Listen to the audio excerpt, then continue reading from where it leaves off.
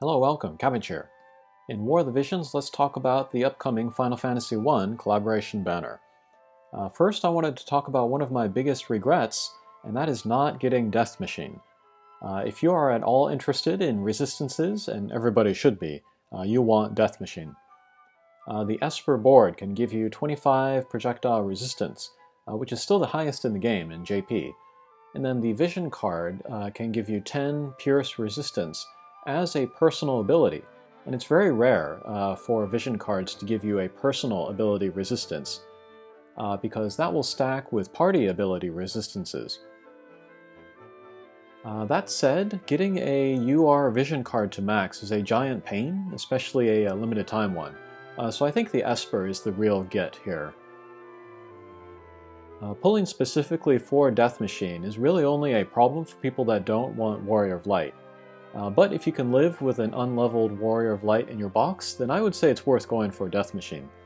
And then hopefully we all get one in the free pulls that's coming up. That's my plan.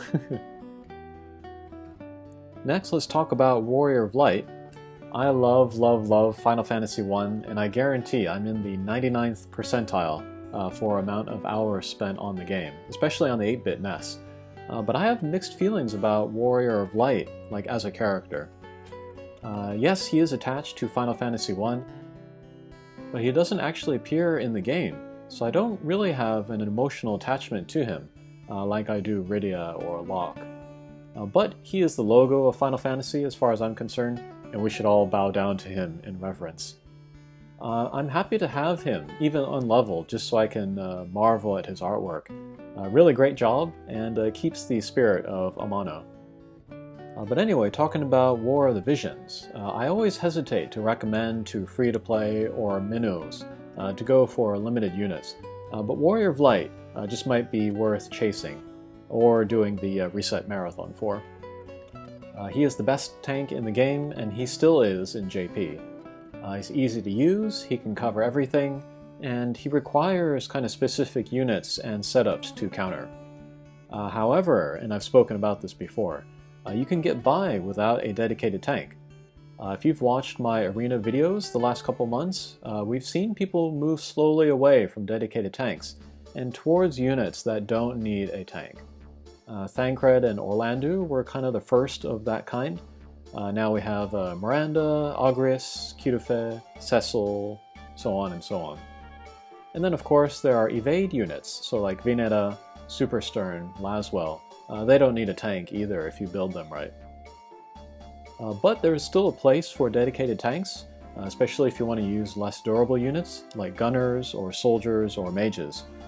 So maybe before you go hard for a dedicated tank, think about if they fit your playstyle and then what you have in your account. But yes, Warrior of Light is the best dedicated tank in the game. He can take both physical and magic, and he has self buffs for both. And if we look at his resistances, we can see he has weakness to Pierce and Dark. But to be honest, if you build him up, his defenses and HP enough, even a Stern jumping on him is not going to be too scary.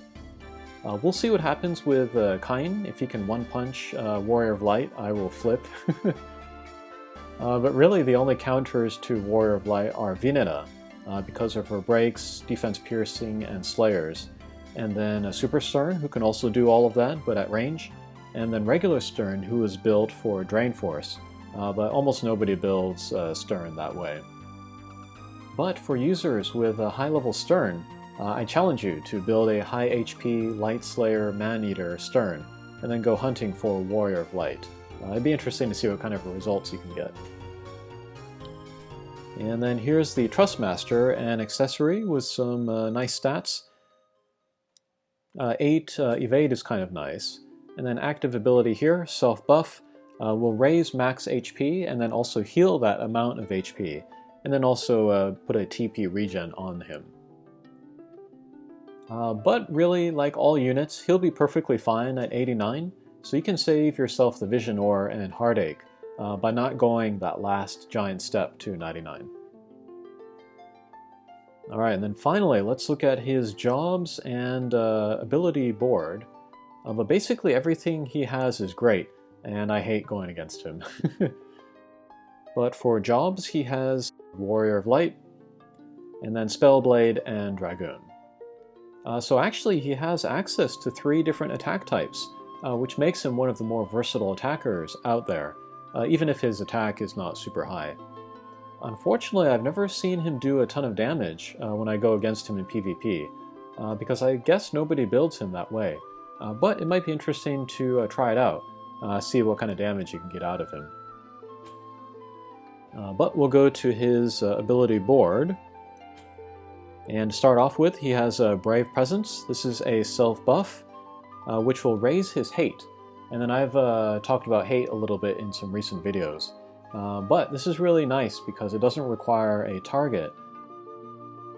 And then also it's very inexpensive, only 18 TP, and then he can use it multiple times per battle.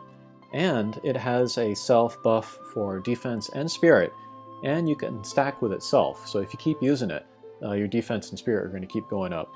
Very, very strong ability. And then he has this, the Shift Attack. This is a move plus attack. In my Thancred video, I talked about how much I like that kind of a look and then utility. But this too, inexpensive, and you can use it multiple times per battle. And we'll keep looking at other skills. Stop Strike, this is another ranged attack. A little bit more expensive, but has a chance to stop an enemy, which is very powerful. And then here is a attack and magic break. Short range, but that's always a nice utility to have. And then from the Spellblade job, here is Magic Resist. This will give a magic resistance buff to people around him, and then himself included. Dragoon Brave Break. Dragoon self buff, jump and move up. And then Banished Sword. This gives Warrior of Light the ability to hit with magic damage. So against the right type of enemies, this can be a decent attack. And then Bio Blade. This is another magic type attack and has a chance to poison. This can be good in longer battles, maybe PvP against a tank that's hard to damage, or in the tower against other characters with higher resistances. Here's the vanilla attack that can give him nice pierce damage. Okay, and then here's a track spell from Spellblade. I talked about this when I was referencing like Ramza and people like that, but this is another hate up ability, and it's cheaper to cast and you can use it more times than Attract Blade, which I think is a inferior skill. So yeah, if you wanted to attract a whole bunch of guys, you could use both the Brave Presence and the Attract spell. And then for Dragoon, he gets Dragon Dive, which I really like. It has a little bit of area of effect, and it can do pretty good damage. I don't think I've ever seen him use this in Arena. I don't know if people use the Dragoon subjob with him very much. Okay, and then here is a buff that he can cast on anyone, or himself. This will give a physical barrier that will last for 3 hits. This is kind of similar to Thancred's ability. And Magic Barrier, another Spellblade skill.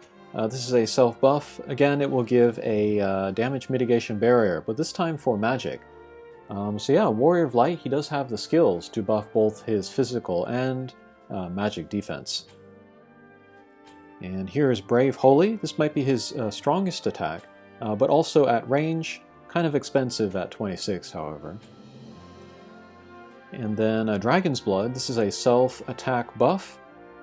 Just like Thancred, this might be also the only self-attack buff that he has, so yeah, maybe for Warrior of Light as well, if you wanted to use him as an attacker, maybe you'd want to use the Dragoon subjob. And then this one I hate so much. This is a self-heal, a TP skill as well, and it restores quite a bit of HP. I hate it when he uses this in PvP especially. Thankfully he can only use it once per battle, but yeah.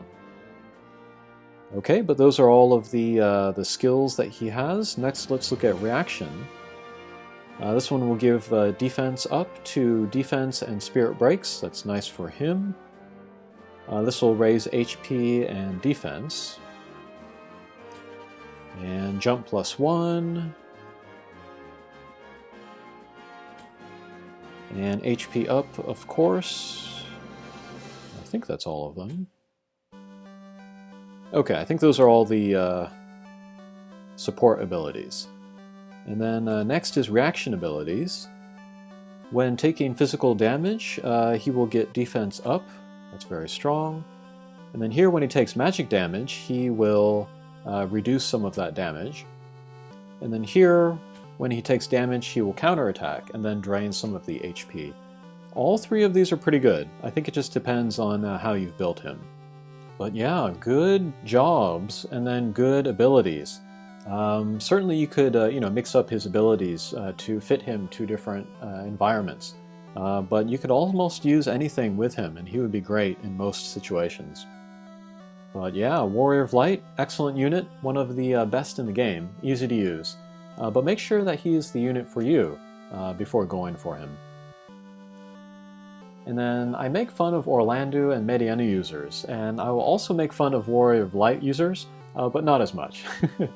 I consider Orlandeau and Mediena kind of like crutch units, and it's through no fault of their own. They are really, really good, and I'll use them. But the user base has hyped them to the skies, and many players think that they are the best units and the only units that you need. I'm sure that there are some players out there that are like, okay, I have Orlandeau and Mediena, I just need to get Warrior of Light and then I'll have the best team ever. My problem with crutch units is that they are so good and versatile that they can prevent you from learning certain mechanics of the game. They can prevent you from getting better at the game. That was certainly the case in Monster Strike when Lucifer was released. That's why I prefer funky or challenging units, because they make me think, and they make me a better player, and hopefully a better YouTuber. You can imagine how boring this channel would be if all I did was push Orlandeau and Mediena and Warrior of Light. But also I will make less fun of Warrior of Light users because he's not as much of a blunt instrument as like Orlandeau or Mediena. He's a tank, so players are less likely to use him to go into inappropriate multiplayer rooms, but also because the potential to play him in a brainy way is there. You can work with a Warrior of Light's different attack types, and you can also build his resistances and go hunting in Arena. But on the other hand, he's also really kind of good everywhere, whereas Orlandeau and Mediena are not. So yeah, Warrior of Light, he's one of the best and safest investments in the game. So if you are going for him, I wish you luck. Alright, I think that'll do it for this video. Thanks for watching, and we'll see you again. Take care.